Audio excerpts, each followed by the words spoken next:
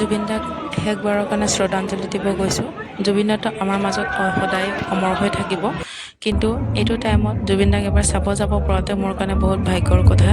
কাৰণ এইটো টাইমৰ কাৰণে মানুহে ইমানটো টাইম ধৰি লাইন পাতি থাকি, ময়ো 4 ঘণ্টা ধৰি লাইন পাতি থাকি জুবিন দাৰ ওচৰত যেতিয়া পাইছোঁ, যিমানটো লাইন পাতি থাকিলোঁ, যিমানটো টাইম থাকিলোঁ, কষ্টটো চব পাহৰি গৈছোঁ।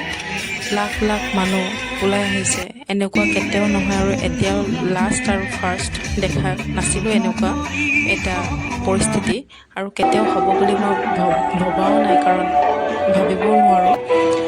অসমৰ মানুহ কেনেকৈ জুবিন দাক মৰম কৰে এইটোৱে ভিডিঅ'ৰে প্ৰমাণ।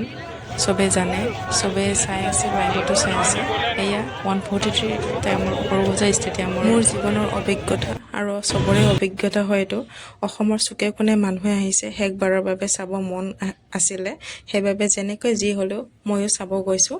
মানুহে দিন ৰাতি এক কৰি দিছে, মন প্ৰাণ দি ওলাই আহিছে চবে, পোৱালিৰ পৰা ধৰি বুঢ়া বুঢ়ীৰ পৰা ধৰি চবে যেনেকা হ'লেও এবাৰ জুবিন দাক চাব পাৰি, শ্ৰদ্ধাঞ্জলি দিব পাৰি বুলি মানুহে ওলাই আহিছে। সেইবাবে ময়ো যিমান পাৰোঁ অকণ হ'লেও নিজৰ লগতে সাঁচি ৰাখোঁ বুলি